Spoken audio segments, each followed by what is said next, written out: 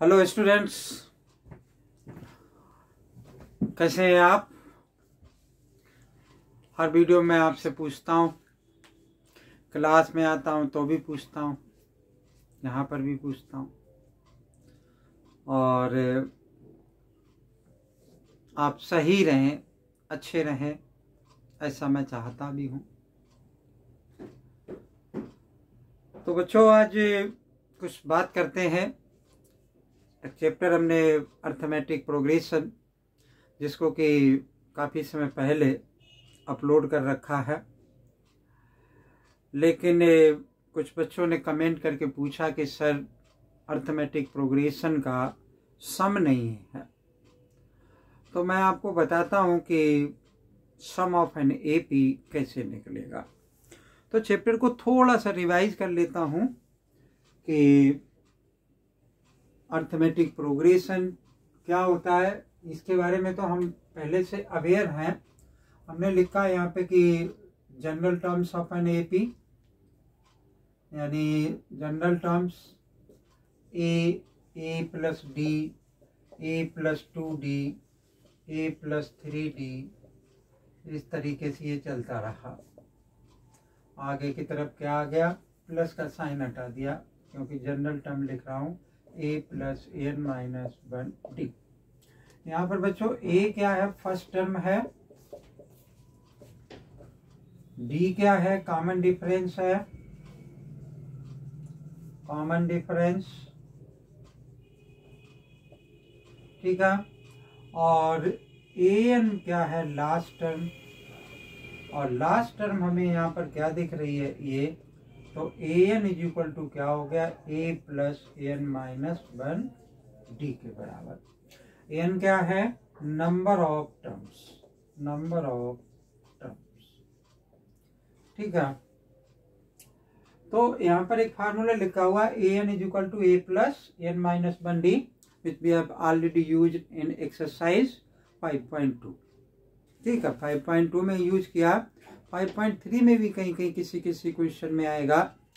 तो लेकिन ये जनरल टर्म्स है और ये इनकी क्या है कि अब्रिविएशन लिख दिया मैंने कि किसको किससे डिनोट किया करते हैं। अब हमने आपको बताया था कि डी जो कॉमन डिफरेंस है कैन बी पॉजिटिव और द नेगेटिव। पॉजिटिव भी हो सकता है, नेगेटिव भी हो सकता है। तो बहुत डिटेल्ड में इन सब के बारे में बात किया क्योंकि पूरा चैप्टर मैंने अपलोड कर रखा है। तो हमारा यहाँ पे क्या है कि सम ऑफ एन एपी पर हमारा फोकस रहेगा। अगर किसी को बाकी कुछ देखना है तो वो कहाँ पर पहुँचेगा, वो चैनल को सब्सक्राइब करे और सब्सक्राइब करने के बाद प्लेलिस्ट में जाए और वहाँ जहाँ कहीं पर भी ये चैप्टर है तो वहाँ पर पहुँचे और ये पूरा चैप्टर देख सकता है। तो यहाँ हमने लिखा कि सम ऑफ एन एपी, ठीक है। ये एपी की जनरल टर्म्स हैं बच्चों। तो इनका सम मैंने लिखा कि A plus D, A plus 2d, ठीक है, ए प्लस 3d। इस तरीके से ये क्या लिखा कि प्लस प्लस किया और फिर प्लस ए प्लस एन माइनस 1d। यानी ये सम मुझे फाइंड आउट करना है। क्या निकालना है, ये सम मुझे फाइंड आउट करना है। तो मैं कैसे निकालूंगा इस सम को, ओके। तो लेट अस सी कि मैंने यहाँ पर लिखा कि ए, सम को हम किससे डिनोट करते हैं बच्चे, सम का फार्मूला वैसे होता है कि s N is equal to n by 2 a plus N minus 1d। ये तो सम का फार्मूला है जो कि मुझे निकालना है। ये और भी किसके इक्वल हो सकता है कि n by 2 a plus a, 2a को मैंने इस तरीके से लिखा, ए प्लस क्या है, ए प्लस एन माइनस 1d, ठीक है। ये क्या हो सकता है कि एन बाई 2 ए प्लस, और इसमें आगे क्या आ गया हमारा कि ए एन, और ए एन चूंकि लास्ट टर्म है तो मैं इसको ये भी लिख सकता हूँ ए प्लस एन, ओके। तो बेसिकली तो ये फार्मूला है, इस फार्मूले से ये भी निकाला जा सकता है, ये भी निकाला जा सकता है। तो जैसा क्वेश्चन की रिक्वायरमेंट है आप उस टाइप से इस फार्मूले का यूज करेंगे, ठीक है। लेकिन पहला काम क्या हमारा कि हमने इसको प्रूव करना है कि ये ऐसा कैसे आया है। तो लेट अस सी देखते हैं कि कैसे आया। बहुत आसान सा काम है। तो यहाँ पर हमने लिखा कि इस मतलब इनका सम करना है, तो पहले मैंने ए पी लिख लिया कि ए पी जो है वो क्या है, ए प्लस डी। फिर लिखा कि A plus two D, A plus two D. इस तरीके से ये चलता रहा। लास्ट में हमारा क्या आ गया कि A plus N minus one D. और बच्चों इससे पहले वाली टर्म क्या होगी, A plus N minus one, two आ जाएगा। यहाँ पे वन है तो उससे एक पहले की टर्म ए हो जाएगी। ठीक है, इसको क्या करूं कि ये इस तरीके से लिखा हुआ, तो ये एस एन के बराबर है, ये एस एन है। तो ये अगर मैं एस एन लिख देता हूं तो यहाँ पर सब जगह क्या आ जाएगा, प्लस प्लस का साइन आ जाएगा। ओके, तो पहले मैंने टर्म लिख करके आपको दिखाया, उसके बाद ये जो है इस तरीके से। अब मैंने क्या किया कि इसको रिवर्स ऑर्डर में लिख देता हूं। तो रिवर्स ऑर्डर में क्या हुआ कि इस वाले को इसके नीचे, यानी ये आ गया A plus N minus one D, और फिर इसको दूसरे ए प्लस डी के नीचे, ये सेकेंड टर्म थी, ये फर्स्ट टर्म, ये सेकेंड टर्म, ये थर्ड टर्म, इसी तरीके से तो है। तो प्लस मैंने लिख लिया कि ए प्लस एन माइनस, यहाँ वन है तो यहाँ पर टू डी आ गया, प्लस ऐसे ही A plus N minus three D हो जाएगा। तो इस तरीके से ये चलता रहेगा। तो यहाँ पर जब नंबर आएगा, यानी सेकेंड लास्ट टर्म आएगी, तो यहाँ पर ए प्लस डी होगा और यहाँ पर ए होगा। ओके, अब आपको क्या देखना है कि देखो करेस्पॉन्डिंग टर्म्स को आप ऐड कर दो।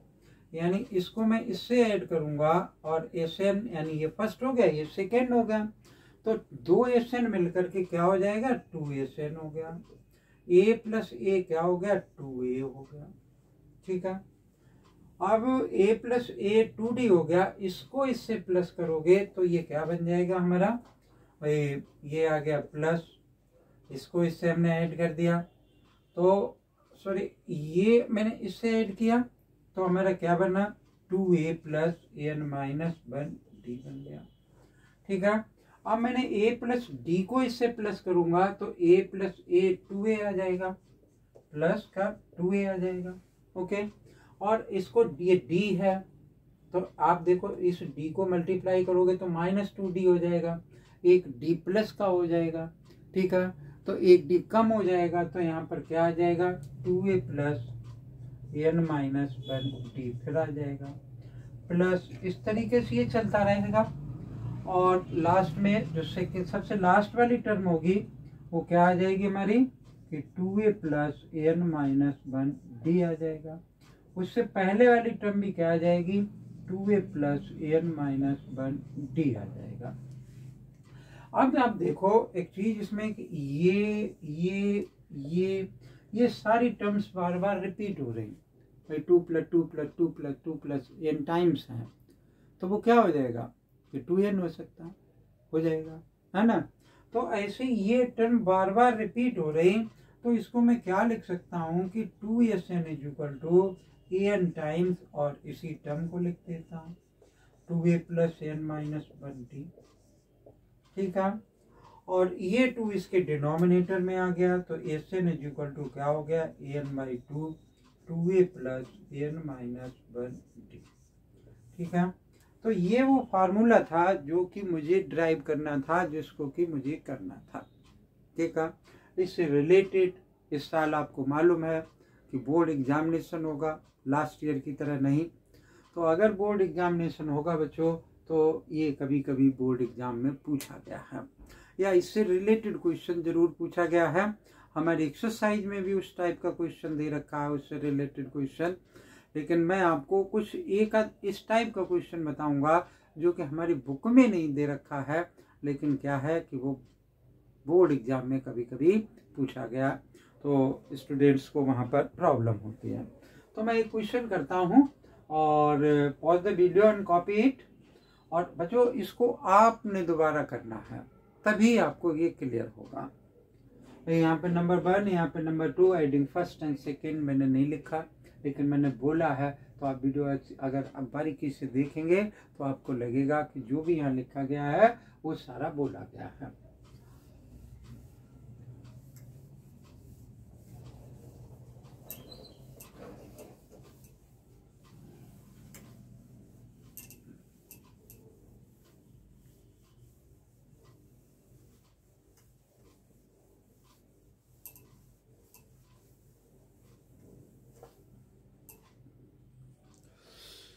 देखो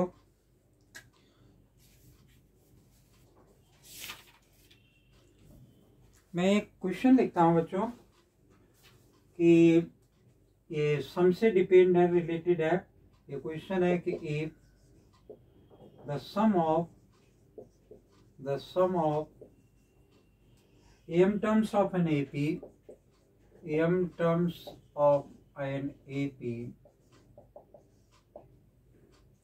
is same as the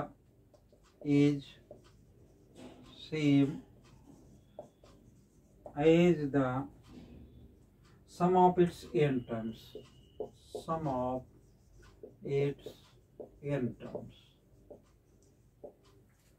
then so that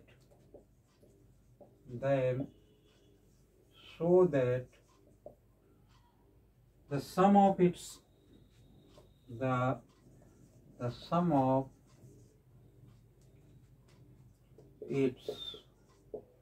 m plus n terms are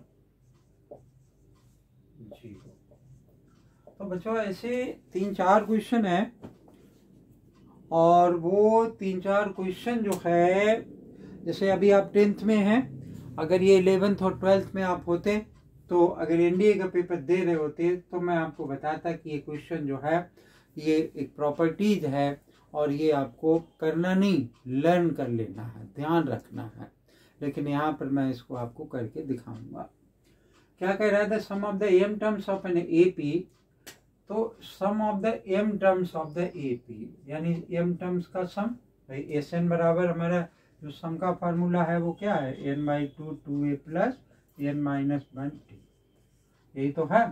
तो इसने का sum of m terms of an AP same as its n terms, तो एस एन लिख लिया, दोनों बराबर है। Then so that the sum of its, यानी हमें क्या शो करना है कि sum of m plus n is equal to 0 के बराबर आएगा।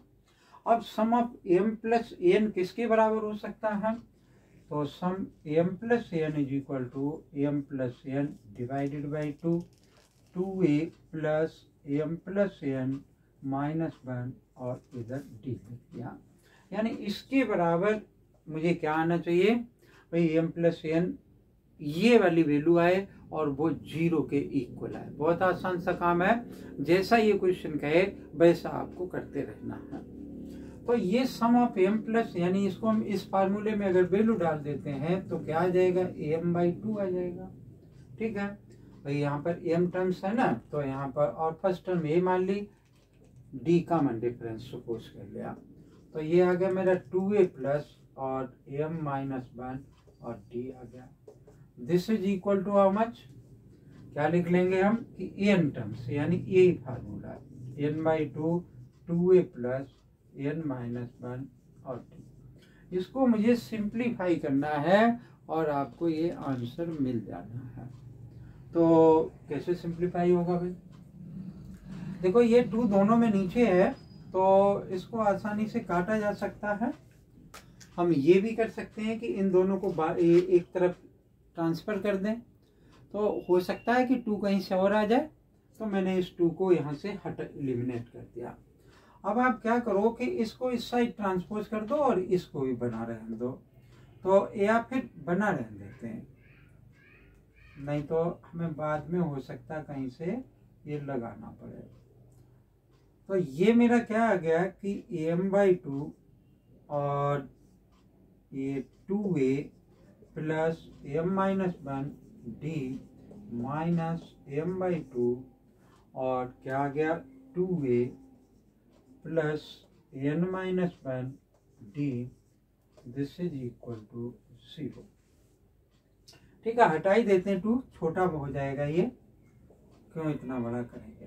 देखो यहाँ पर इसको इससे मल्टीप्लाई किया, ऐसे इसको इससे मल्टीप्लाई किया, ये n है, m नहीं, ये n है, तो इसको इनसे मल्टीप्लाई किया तो 2a कॉमन आ जाएगा, तो 2a मैंने कॉमन ले लिया, ब्रैकेट के अंदर क्या बचेगा, m-n बचेगा। ध्यान से देखो, इसको इससे मल्टीप्लाई किया तो माइनस का 2an हुआ, और इसको इससे मल्टीप्लाई किया तो क्या हो गया, 2am होगा, उसमें से 2a कॉमन ले लिया।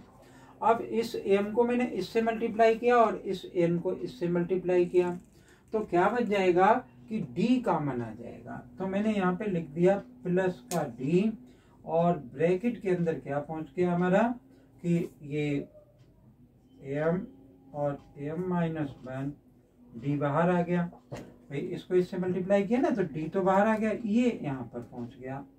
अच्छा, फिर माइनस में n इसके साथ में मल्टीप्लाई हुआ, तो क्या आ गया ये n माइनस 1, और d बाहर आ गया, तो दिस इज इक्वल टू 0। ठीक है, अब आप क्या करेंगे, इसको इससे मल्टीप्लाई कर दें, और मल्टीप्लाई करने के बाद देखते हैं कि क्या बचता है। तो ये तो हमारा 2a, तो ये हो गया m माइनस n हो गया, प्लस d आ गया, ब्रैकेट बड़ा कर लेते हैं कि m का स्क्वायर माइनस m, और यहाँ पर क्या बन गया माइनस n का स्क्वायर प्लस का a। ये तो बचेगा, ये माइनस इस माइनस से मल्टीप्लाई हुआ तो प्लस हो गया। अब यहाँ ये हमारा m माइनस n, देखो अब क्या बन सकता है ये कि 2a, तो ये आ गया। अब आपको लग रहा होगा कि कुछ उस तरीके का आंसर सामने आ सकता है, प्लस का d, ये हम स्क्वायर माइनस n स्क्वायर एक ब्रैकेट के अंदर रख दें, और फिर माइनस का साइन लगा लिया हमने, माइनस m और प्लस का n में से अगर ये कॉमन लिया तो ये आ गया मेरा, दिस इज इक्वल टू 0। इसके हमने क्या कर देने हैं, फैक्टर कर देने हैं। तो ये ऊपर थोड़ा सा रब कर देते हैं, ये हम ध्यान रखेंगे कि m प्लस n बराबर 0 लाना है।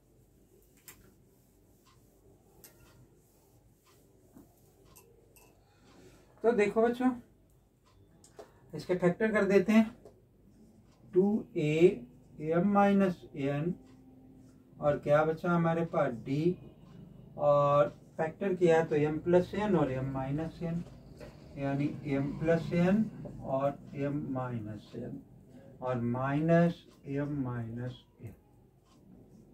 ठीक है, दिस इज इक्वल टू 0। अब देखो m माइनस n यहाँ पर भी है, m माइनस n यहाँ पर भी है, तो इसको ब्रैकेट के बाहर निकाला, और फिर इस पूरे में से m माइनस n बाहर निकाल लिया, तो अल्टीमेटली क्या बच गया हमारा कि m माइनस n, और ये बचा मेरा 2a प्लस d आ गया, m प्लस n माइनस का 1 बचा, और दिस इज इक्वल टू 0।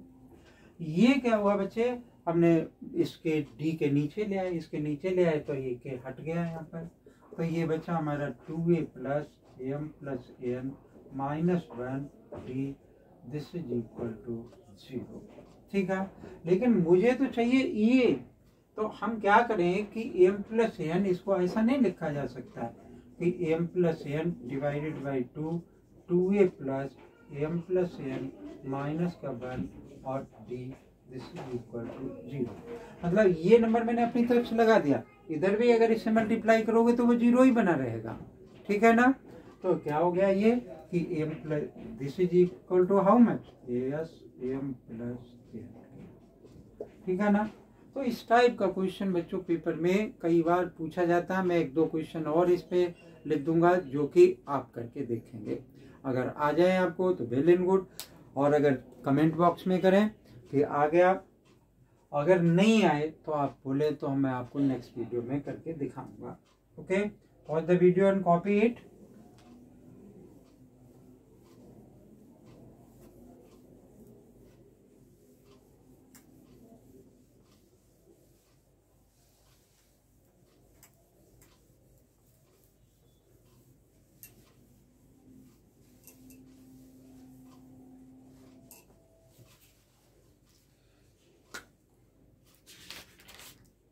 जो एक और प्रॉपर्टी लिखी हमने,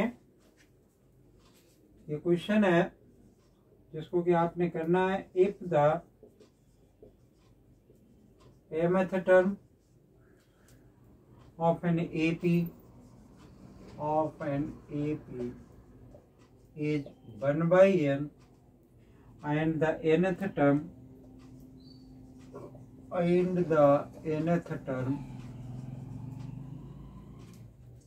is 1 by m, mth term is 1 by n and nth term is 1 by m, then so that the sum of mn terms is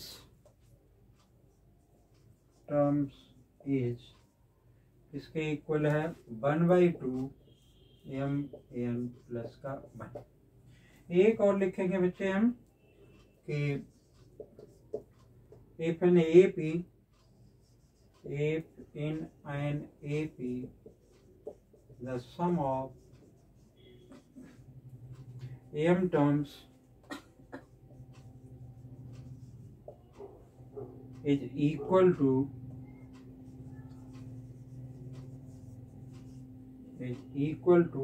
n and the sum of n terms is equal to n. Then prove that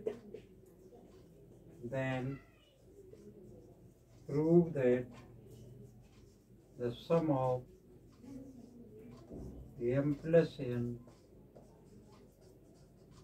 terms is minus m plus n। ठीक है, तो ऐसी एक आध और भी हो सकती हैं प्रॉपर्टीज जिनको कि मैं कभी आगे पीछे बताऊंगा आपको, लेकिन you have try both the questions and whatever your result आया या नहीं आया, you move to the comment box and comment there. अगर ये वीडियो अच्छी लगे लाइक जरूर करें, और चैनल अगर सब्सक्राइब नहीं कर रखा तो चैनल को जरूर सब्सक्राइब कर लें। थैंक यू, जय हिंद।